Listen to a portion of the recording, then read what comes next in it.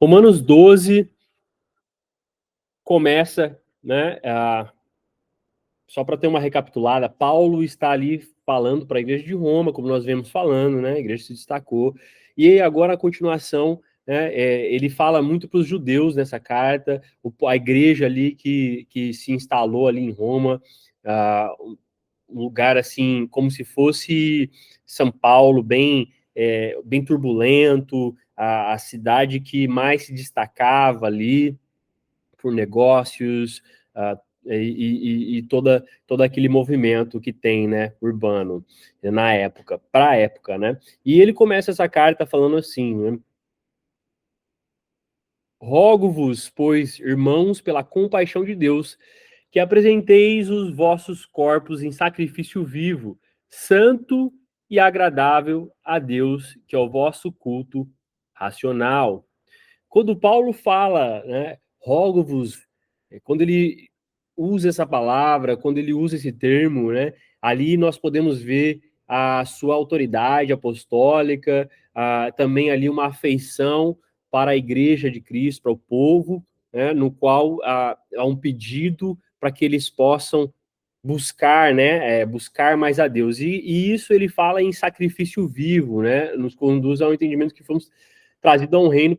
Nós éramos antes ao reino das trevas, né, no qual nós colocávamos os nossos corpos, nossos membros, fazíamos, posso dizer até por mim, né, mas muitos de nós fazíamos os desejos da carne, fazíamos aquilo que era ilícito à vontade de Deus, que desagradava a Deus, e usávamos ali os nossos corpos, usávamos ali tudo que nós tínhamos, né? E desagradávamos a Deus. Paulo agora pede à igreja que nós venhamos ser esse sacrifício vivo. Nós fomos trazidos para a luz agora, nós fomos transportados do reino das trevas para o reino da luz. Agora, nosso corpo, nossos membros, a nossa vida deve ser um sacrifício vivo para Deus. Um sacrifício vivo porque nosso andar, nosso caminhar, nosso jeito de ser, nós somos agora templo do Espírito Santo, né? Ser templo do Espírito Santo é nós sermos sacrifício vivo a Deus, em agradá-lo, sermos aroma que agrada as narinas de Deus, se assim podemos dizer, né, das narinas de Deus. E essa é com a pergunta, né, como que nós vamos viver agora, né, como nós vamos fazer parte de uma nova conduta, porque agora somos de Cristo, agora é exigido de nós uma nova conduta, né, e através do nosso andar, do nosso caminhar, quando eu falo andar, é o nosso dia a dia de viver, e Paulo roga isso, né, nossa maneira agora deve ser uma maneira que agrada a Deus, as nossas atitudes, né? Servindo a Deus, servindo no corpo de Cristo, que agora nós fazemos parte disso, né? E fugirmos dos nosso antigo homem, né? Dos desejos da carne, né? Já não faz mais parte dessa nova pessoa que somos em Cristo Jesus. Tá? Então, nós fazemos agora o sacrifício de deixarmos as coisas do mundo, porque, na verdade, é um sacrifício, é uma batalha diária, é um moldar, né, diário da gente se afastar daquilo que não vai agradar a Deus, de não a fazermos, de não agirmos da vontade que queríamos, né, e agirmos conforme agrada o coração de Deus, agrada conforme a palavra de Deus pede para que nós venhamos fazer, né? É um sacrifício diário. E Paulo pede isso para nós, né? Para que nós venhamos nos comportar dessa maneira, nos sacrificando para agradar a Deus. No versículo 2 ele diz assim: e não sede conformados com este mundo, mas sede transformados pela renovação do vosso entendimento, para que experimenteis qual seja a boa, agradável e perfeita vontade de Deus. Então, ele fala aqui para nós não sermos conformados com os padrões desse mundo, né? Nós somos chamados para ser transformados, e isso é um transformar que vem de dentro para fora, né? Exercer a vontade de Deus em nossas vidas. Isso acontece com uma mudança de mentalidade, uma mudança de comportamento, e tudo isso explode de dentro, e isso traz com que nós venhamos ter esse novo comportamento, né? Nós não devemos se adaptar aos padrões que o mundo vive, né? Nós sabemos hoje quais são os padrões do mundo, né? A LGBT, né? LGBT e toda aquela sociedade que nós vemos hoje. Faça o que você sente, se você sente fazer isso, se te faz feliz, né? Aquela filosofia de vida, se você tá bem, se tá feliz fazendo isso, faça, independente de se vai agradar a Deus ou não, independente se é errado, se não é nem moralmente certo, né? Então, nós vemos hoje uma filosofia do mundo procurando seus próprios prazeres, né? Os desejos da carne. E nós não devemos nos adaptar ao padrão do mundo, né? Nós estamos no mundo, mas estamos como passageiros, não somos mais parte daquilo que o mundo faz, né, das práticas do mundo, né? Então, a transformação que Paulo fala aqui é através do jeito que o crente pensa, né, sobre o mundo, uma mente que consegue reconhecer o Criador, não é uma mente que obedece, só porque alguns conhecem o Criador, sabem que existe um Deus, é muito diferente de uma pessoa que obedece. Então nós somos chamados a obedecer a Deus, a nos submeter à vontade de Deus, né? Então é isso que Paulo traz aqui. Se submetam à vontade de Deus, porque a vontade de Deus ela é boa, ela é perfeita, ela é agradável. Hoje eu estava escutando um pouco de um podcast da Karina Bach, que é muito legal, muito bacana. Até aconselho vocês a escutarem, fazendo um marketing aqui para ela. E uma coisa que ela e um outro pastor, que eu esqueci o nome, estavam conversando, é que a maioria das vezes o povo do mundo sempre fala assim: ah, mas eu não quero ir para a igreja ainda porque eu tenho muito para viver. Eu não vou para a igreja ainda porque eu vou largar, eu vou abandonar toda a minha vida. E as pessoas têm esse entendimento mal feito, mal interpretado, de que fazer parte do corpo de Cristo, entregar sua vida a Jesus, é você deixar de viver, né? E muito pelo contrário, nós encontramos vida naquele que nos dá vida, que é Jesus Cristo, né? Até então, nós estávamos aos prazeres que eram tão momentâneos, tão passageiros, que nós tínhamos que constantemente estar buscando nas baladas, nas pessoas, em algum tipo de prazer da carne, ou que seja algum vício, alguma droga, bebida alcoólica, dependência emocional de outra pessoa, ou o que seja, né? E as pessoas não conseguem entender, né, que em Cristo nós verdadeiramente nós não perdemos nada, nós ganhamos tudo, né? Nossa alma é saciada, né? E a igreja nós precisamos passar isso para essas pessoas, né? Nós erramos muito, muitas vezes, em passar um evangelho no qual nós sofremos somente, no qual nós só, as pessoas só olham e veem tristeza. Não, o crente é chamado, não vamos ser perseguidos, é bíblico, mas nós somos chamados a ter, né, uma alegria em nosso coração, porque fazemos parte do corpo de Cristo agora, né? E no versículo 3 ele diz assim: porque pela graça que me é dada, digo a cada um dentre vós que não pense de si mesmo além do que convém. Antes, pense com moderação, conforme a medida da fé que Deus repartiu a cada um. Né? Então, Paulo, quando ele indaga isso, né, ele traz a nosso entendimento que nós devemos ser humildes uns com os outros, não nos colocarmos a mais do que uns outros, né? Cada um sabe do que Deus chamou, né, para um, para outro. Esse texto também fala do papel que cada cristão tem em sua comunidade, no corpo de Cristo, né? Onde, né, nós devemos ter um julgamento certo para o papel de cada um, né? Sem a arrogância, sem aquela busca de divisão, de um comportamento de que eu sou melhor, aquele faz melhor, esse faz melhor. Não, é entender qual é o seu chamado, entender aquilo que Deus te chamou e ser humilde naquilo que Deus te chamou, sabendo que não é para mostrar para outras pessoas, para competir com outras pessoas, mas simplesmente para servir ao rei, simplesmente para servir a igreja, e servir ao meu irmão, né, ao próximo, né? Então, é entender esse chamado que Deus tem para sua vida e usar isso não de forma para competição, não de forma para se exaltar, né? É tudo para exaltar o nosso Deus e não gerando arrogância, né? Divisão. Aqui, Paulo traz esse ponto aqui, né? Que para não pensarmos de nós mesmos acima, para essa questão, né? E no 4 ele diz: porque assim como em um corpo temos muitos membros e nem todos os membros têm a mesma operação, né?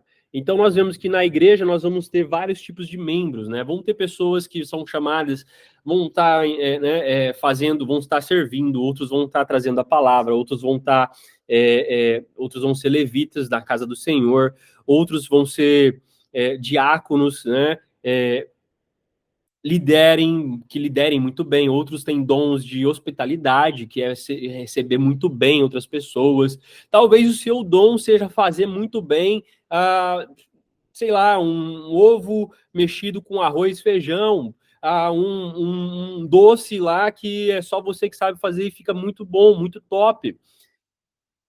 É o seu dom, o seu talento. Traz isso para servir no reino, traz isso para um encontro de Deus na sua casa, sabe? Então, Paulo, ele indaga isso, né? Que tem muitos membros no corpo de Cristo. E cada um tem um específico chamado, cada um tem um dom, um talento, né? Mas para uma mesma operação.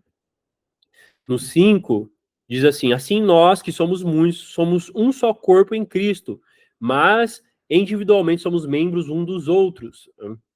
Então, todo crente está unido um ao outro, né? Nós estamos unidos através do relacionamento de Cristo. Nós fazemos parte de um só corpo. Se você for para a China e encontrar crente lá, ele é seu irmão, ele ali está sua irmã.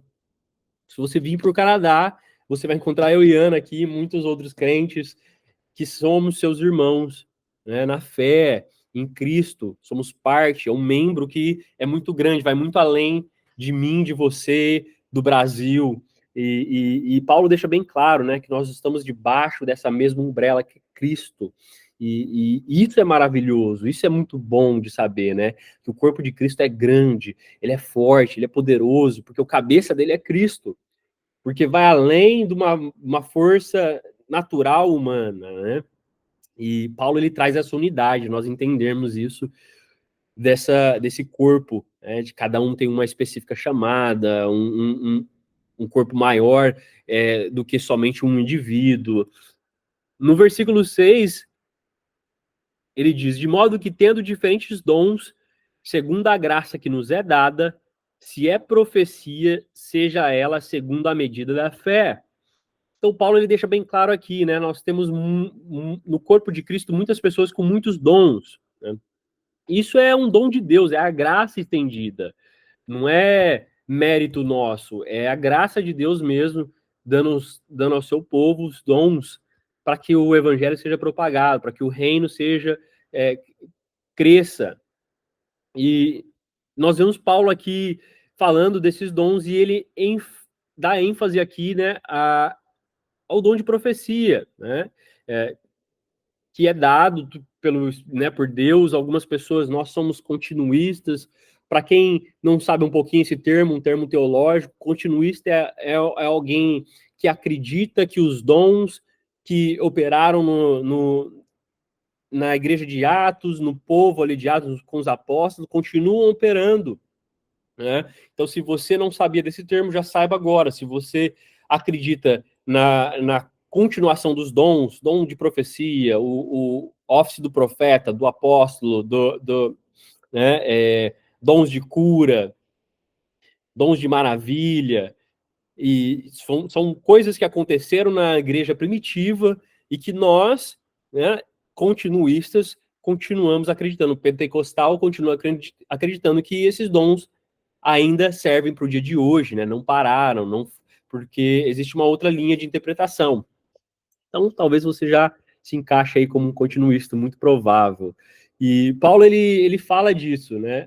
É, colocando aqui que algumas pessoas são chamadas para o office de profeta, né? No qual a profecia ela é muito importante para a igreja. A profecia ela sempre teve um papel muito forte na igreja. A profecia, Deus fala em Isaías que ele revela o coração, revela o que se passa dentro do homem para que ele possa curar, para que ele possa mostrar para aquele incrédulo, para aquele que chega na igreja, o poder de Deus. Então, o profeta é uma pessoa que tem uma comunicação muito forte com Deus. E Paulo, ele indaga aqui, né? Conforme a medida da fé. Então, mostrando que se a pessoa tem a fé numa medida que pode profetizar, que deve profetizar, que está sendo de Deus, profetize. Tudo da medida da fé, não além que seja do homem e nem menos, para que não diminua o nosso Deus. Né? No 7, se é ministério, seja em ministrar, se é ensinar, haja dedicação ao ensino. Olha que lindo aqui, né?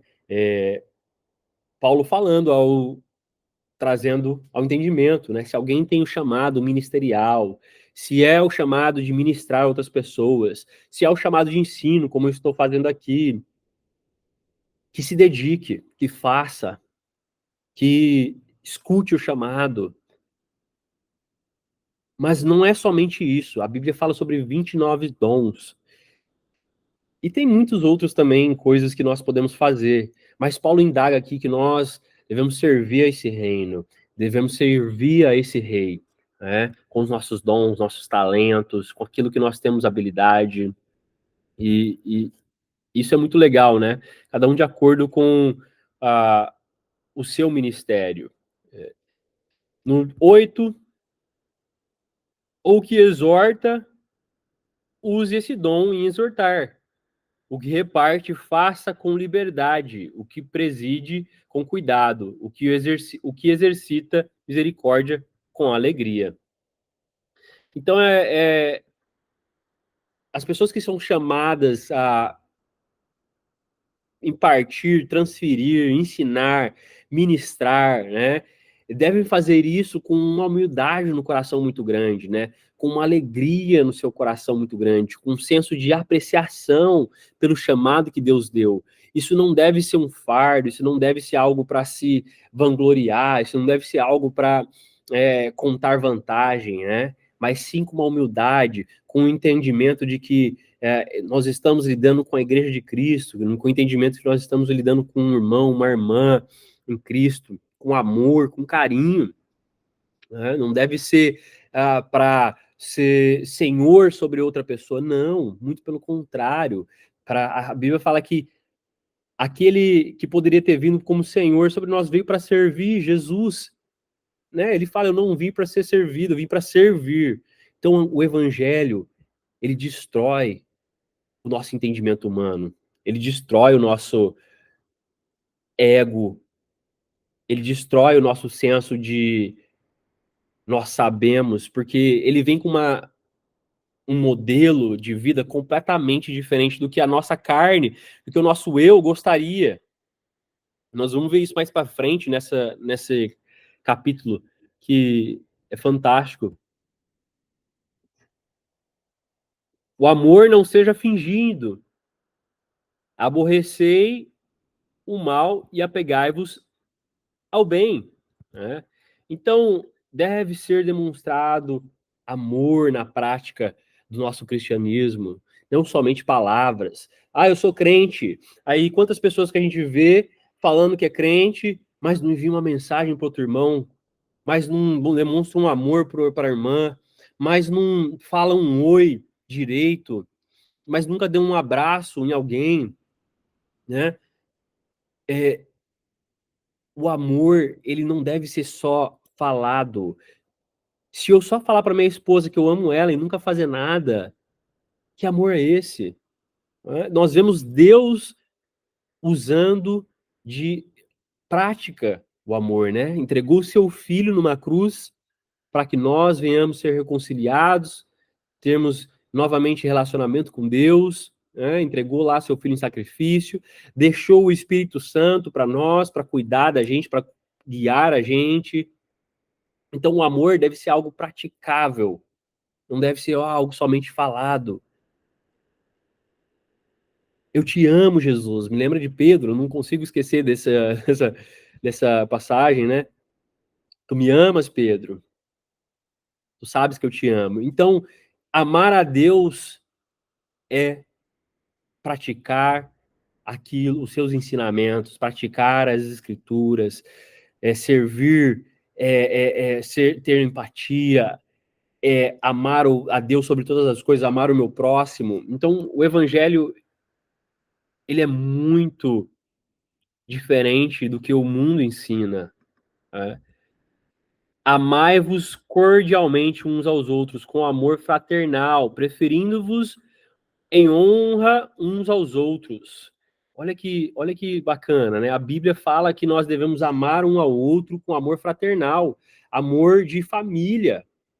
Eu sou seu irmão em Cristo. As pessoas que ah, são parte do corpo são seus irmãos, irmãs em Cristo. Será que nós verdadeiramente temos esse entendimento, né? Que nós estamos lidando com um corpo? É muito fácil a gente falar, mas ter esse entendimento que nós estamos lidando com uma igreja que...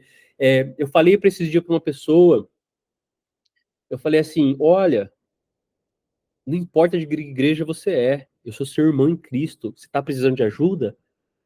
Eu vou te ajudar, porque não é a sua igreja, é a igreja de Cristo. Não é a sua denominação, é a denominação de Cristo. Nós somos um só corpo. Isso é interessante. Isso quebra o paradigma, quando nós aprendemos a olhar para nós todos como irmãos e irmãs, não como uma denominação de tal, denominação disso. Nós temos as nossas diferenças de interpretação teológica, né? Porém, estamos todos debaixo de uma umbrella que é Cristo. Paulo, quando ele fala isto, de termos o amor sincero uns aos outros, de tratarmos uns aos outros com respeito, né, com honra, que ele fala aqui de honra, nós devemos respeitar uns aos outros. Por que ele fala isso? Porque existia uma cultura muito dominante na igreja de Roma de competição, né, uma cultura de que subia uma arrogância, né? E Paulo ele traz à igreja o entendimento de que nós não devemos estar competindo uns com os outros. E você já deve ter ouvido falar aí no mundo, né? As pessoas querem te ver bem, mas não melhor que elas. Por quê? Porque o senso de competição. Na igreja, não, nós somos chamados para torcer pelo outro, um respeitar o outro, somos chamados a ter um espírito de humildade, um honrando o outro, né? Essa é a cultura que deve ser colocada entre nós, praticada entre nós. No 11, ele diz: não sejais vagarosos no cuidado, sede fervorosos no espírito, servindo ao Senhor. Nós somos chamados a fazer tudo com entusiasmo em nossos corações. Quando ele fala para sermos fervorosos, é para termos esse fervor em nosso coração, esse entusiasmo, perdão, essa vontade, né? Deus ele não quer que eu e você venhamos para um ensino desse, vamos para a igreja ou venhamos orar ou ler a Bíblia. Não. Ele quer que você queira vir para o ensino. Ele quer que você queira se comunicar com ele em oração. Ele quer que você queira aprender a palavra dele. Entusiasmo, um fervor. Existe uma grande diferença em fazer as coisas por obrigação, por fardo, por peso, e fazer porque você ama ele, porque você ama as coisas do alto, do céu. É isso que Paulo traz aqui o entendimento. Que nós devemos ter esse entusiasmo, esse amor às coisas do alto. 12. Alegrai-vos na esperança, sede pacientes na tribulação, perseverai na oração, né? Vou ler mais uma vez. Alegrai-vos na esperança, sede pacientes na tribulação, perseverai na oração. Então, ele traz aqui o entendimento para nós estarmos findados na esperança. Quem é a esperança do crente? Nossa esperança está em Deus, né? De que Jesus vai voltar, nós iremos reinar com Ele, nós devemos estar sempre esperançosos. Nós somos a esperança para o mundo, nós somos a resposta para o mundo. Nós temos a mensagem de esperança para um mundo caído em rebelião, em depravação, em coisas erradas, né? E Paulo também traz aqui o entendimento que nós devemos ser firmes, pacientes em meio às tribulações, em meio ao dia difícil, né? Continuarmos firmes. Como que o crente continua firme? Como que o crente vence batalhas? Como que o crente rompe barreiras, né? Orando, intimidade com Deus, comunicando com Deus, em oração. A igreja primitiva era uma igreja muito notória pela sua devoção à oração, à busca, à devoção a Deus, né? Eu falo que hoje nós estamos em uma era de muita distração, uma era que está lutando para tirar Deus do centro das coisas do homem, do centro de tudo. Está lutando para pegar a nossa atenção e tirar a nossa atenção de Deus. Nós temos nossas Netflix, HBOs, Prime Videos, Zap, Telegram, tem um monte de apps aí, aplicativos de comunicação, de entretenimento, cada vez mais fácil, cada vez mais competindo com o nosso tempo. Passamos horas, muitos de nós acabam passando horas em novelas, Netflix, ou outras coisas no Zap, conversando, ou qualquer outra coisa. E passamos tão pouco tempo com o amado de nossa alma, na presença do Pai. E a igreja primitiva era uma coisa que era tão ensinado e tão praticado por eles, que era tempo com o Pai, tempo com Deus. Muito ensinado pelos apóstolos, muito ensinado por Jesus, né, que sempre falava que precisava ter tempo com o Pai, orava nas madrugadas, nos montes. E esse é a chave da vitória para o crente. Essa é a chave que Paulo traz aqui, né, para nós estarmos esperançosos, ficarmos firmes mediante a dificuldade, a tribulação, e mais importante, estarmos firmes em oração, orando, buscando a face do nosso Pai. No 13, ele diz: comunicai com os santos nas suas necessidades, segui a hospitalidade, né? Então, é interessante comunicar com os santos as suas necessidades, seguir a hospitalidade. Olha que interessante. A igreja, eu e você, devemos estar esperto com as necessidades dos santos. Os santos, quando a Bíblia fala os santos, ela está falando com a igreja no geral. Eu e você somos chamados de santos na igreja. Somos os santos da igreja. Porque o Espírito Santo vive em nós, e nos santifica. O sangue de Cristo nos santifica. Paulo aqui está trazendo ao nosso entendimento que eu e você devemos estar esperto com a necessidade uns dos outros. Qual circunstância um e o outro está passando? Como está a vida do meu irmão? Devemos estar não olhando para a vida do meu irmão como forma de querendo bisbilhotar, mas como forma de querer saber como que eu posso te ajudar. Você está bem? Está tudo bem? Posso orar por você? Essa deve ser a estrutura da igreja, essa unidade da igreja, essa deve ser a força da igreja de união e comunhão, né?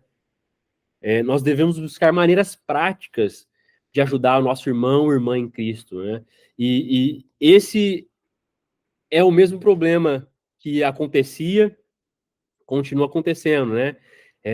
Das pessoas estarem atentas às nossas vidas, mas por Chico, coisas erradas, mas isso não agrada o coração de Deus. O Deus se agrada quando nós nos colocamos à disposição uns dos outros, né? Nós não somos chamados a competir uns com os outros, mas para torcer, apoiar, ser plataforma um para o outro de crescimento, de levar uma palavra um para o outro de encorajamento, de transformação, de orar um para o outro quando o outro está precisando. Esse é o chamado da igreja. Mas hoje nós pegamos e vivemos querendo né? Muito fácil de nós, somos muito rápidos em julgar, em jogar a bomba lá e falar, não, detonar uns aos outros. Isso entristece ao coração de Deus. Esse não é o chamado da igreja. Então, que nós, eu e você, eu louvo a Deus pela sua vida, louvo a Deus por esse ensino, por estar podendo trazer esse ensino, porque é a verdade do evangelho, de como deve ser conduzido nós como igreja, né? Eu espero que você cresça nesse sentido, eu também, e juntos, né, nós sejamos uma igreja verdadeira, em um tempo tão difícil e complicado, Deus levantando os seus remanescentes. 12, 14, capítulo 12, versículo 14, que diz assim: abençoai os que vos perseguem, abençoai e não os amaldiçoeis. Então, Paulo ele nos ensina aqui que nós não devemos amaldiçoar, nós não devemos fazer como o mundo ensina. Não, se alguém está te perseguindo, vai lá e destrói ele, acaba com ele, acaba com ela, ou faz o mesmo, faz pior. Não, não, não. Eu e você, o crente, cheio do Espírito Santo, nós precisamos mostrar o fruto do Espírito. Nós devemos fazer ao contrário, né? O crente deve ser gentil, ele deve abençoar os outros. Quando alguém vier gritando com você, só um exemplo bem prático, gritando, fazendo aquele escândalo, você sabe como que você faz? Você se mantém firme, gentil, com palavras sábias, controlado, porque controle próprio, domínio próprio é um fruto do Espírito, e ali você mostra Cristo na sua essência, no seu jeito de ser. Não gritando mais alto que o outro, não brigando mais alto que o outro, não mostrando o dedo do meio na briga de trânsito, ou aquilo e isso, não. O crente é chamado para fazer tudo ao contrário da carne que o mundo faz. Né? E é tão interessante porque a outra pessoa se sente até envergonhada, porque já é algo tão natural do mundo, deles esperarem uma resposta agressiva, de outra, da mesma maneira ou pior. E aí quando é algo totalmente diferente assim, eles ficam todo quebrados, e aí Cristo aparece em nós. Né? No 15 diz assim, alegrai-vos com os que se alegram, e chorai com os que choram. Nós somos chamados para alegrar uns com os outros e chorar uns com os outros. Empatia, discernimento. Né? Se o meu irmão está passando por uma crise, por um problema, eu não vou chegar, né, todo né, contando um monte de coisa que eu estou passando toda alegre. Não, meu irmão está chorando, vou chorar com ele, eu vou ter empatia para o problema dele, eu vou tentar ajudar ele no que eu posso, e assim levantar ele. É dessa maneira que o crente deve fazer, né? Essa empatia um com o outro, essa empatia com outras pessoas. Né? Paulo aqui traz essa exortação a nós como igreja, né? E 16, sede unânimes entre vós, não ambicioneis coisas altas, mas acomodai-vos às humildes, não sejais sábios em vós mesmos. Olha que interessante. É tão interessante porque o crente, nós precisamos ter uma ciência e uma noção de que eu e você, muitos de nós, talvez não vamos ser igual ao mundo em questão financeira, nós não vamos ambicionar ter a ambição que o mundo tem, porque senão o crente acaba caindo em uma busca por dinheiro, em uma busca por coisas materiais, por uma busca em futilidades que não faz parte do nosso cronograma, não faz parte daquilo que Deus quer para nós, né? Então, nós devemos sim, né? Luciano Subirá falou para um dos seus membros de sua igreja, e o membro chegou e falou assim para ele: Luciano, pastor Luciano Subirá de Curitiba, que eu gosto muito. Luciano, você parece que não tem ambição, né? Um rapaz, um membro da igreja bem ambicioso e nas buscas. Eu creio sim, alguns vão ser chamados para o meio empresarial, para meios, né, altos, conforme a vontade de Deus. Mas essa não deve ser a missão do nosso coração. Né? Se Deus quiser te colocar, Ele vai fazer, Ele vai abrir portas. E esse cara falou para ele, Luciano, e o Luciano falou assim: eu tenho sim ambição, mas as minhas ambições são em coisas do alto, coisas eternas, que a traça não corrói. Então, essa deve ser a nossa ambição, né? Que Paulo traz aqui, né? É, por quê? Para nós termos a nossa humildade trabalhada, né? Para termos o nosso ego trabalhado, né?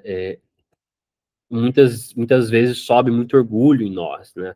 Em buscar, em sermos ambiciosos, né? Ele traz aqui também, para sermos humildes. Por que ele traz isso?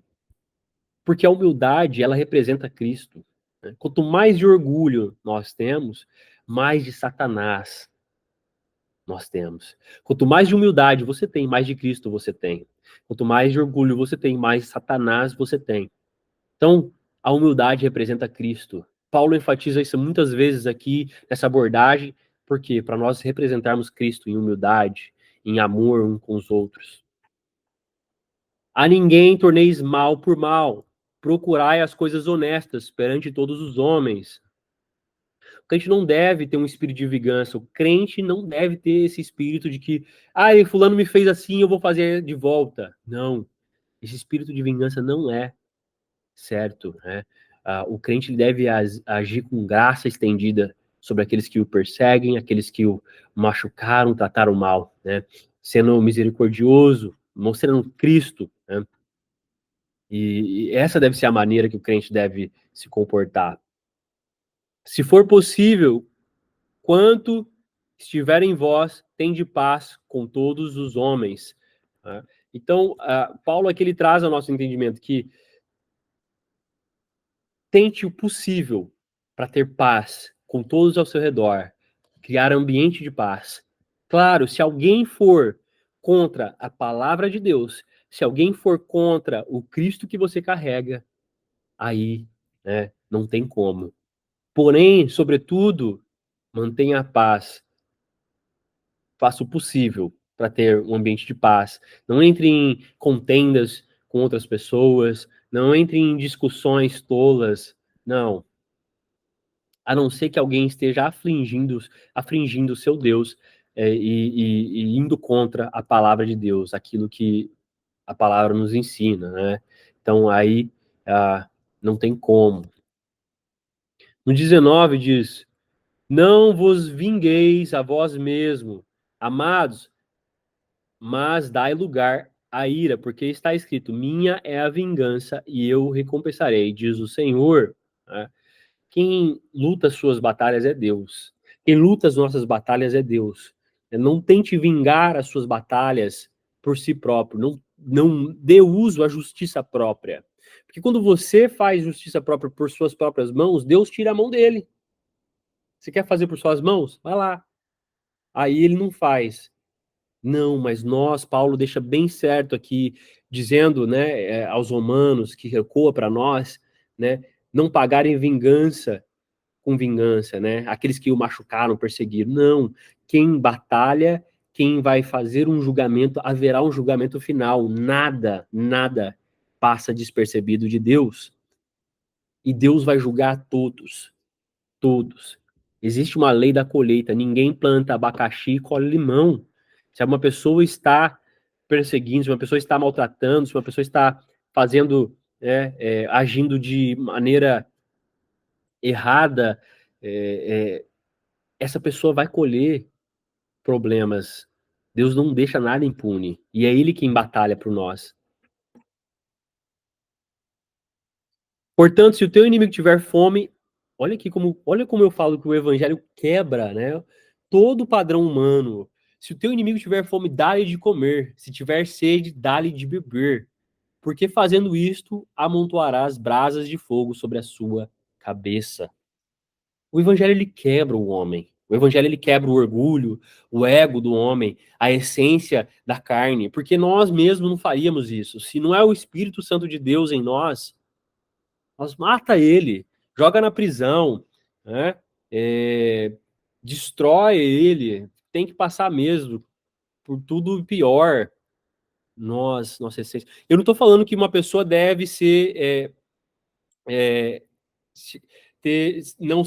não pagar pelo preço de algo que ela fez.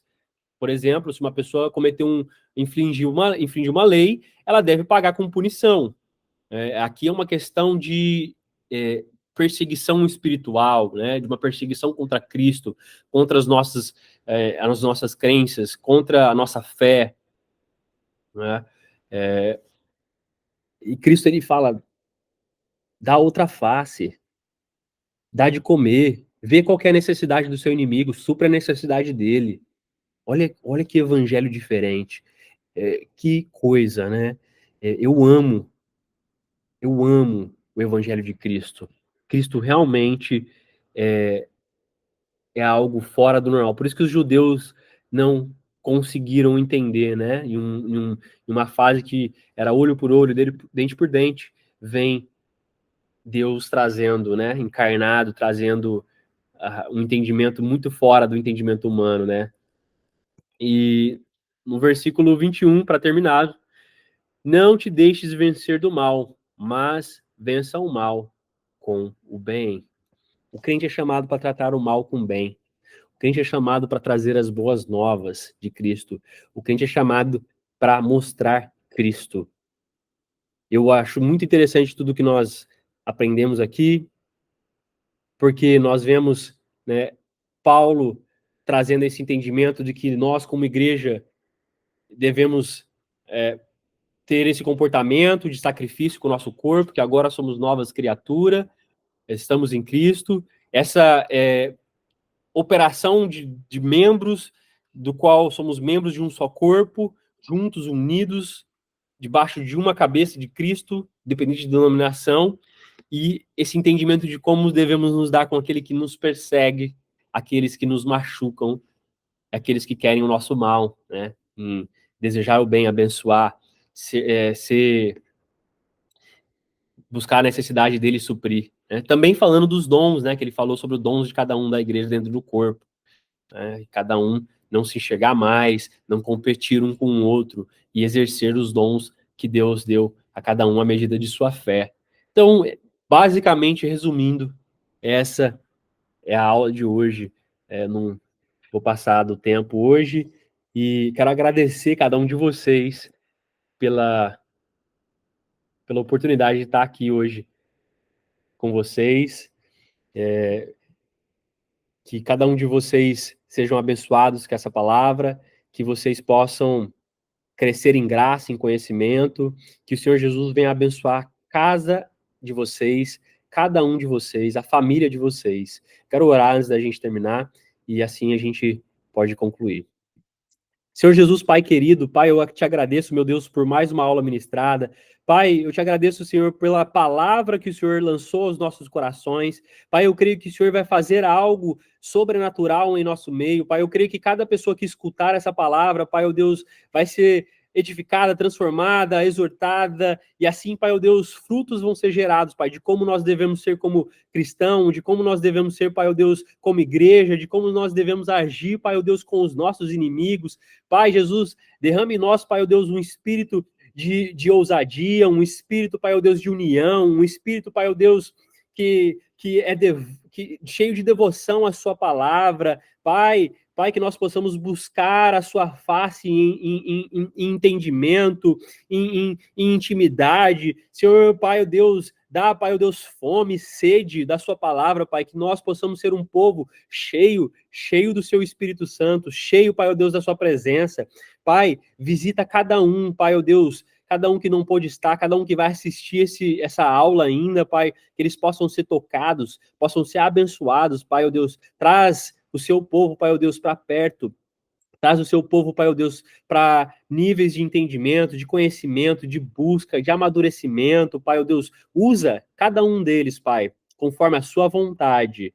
Assim eu oro, em nome de Jesus. Amém.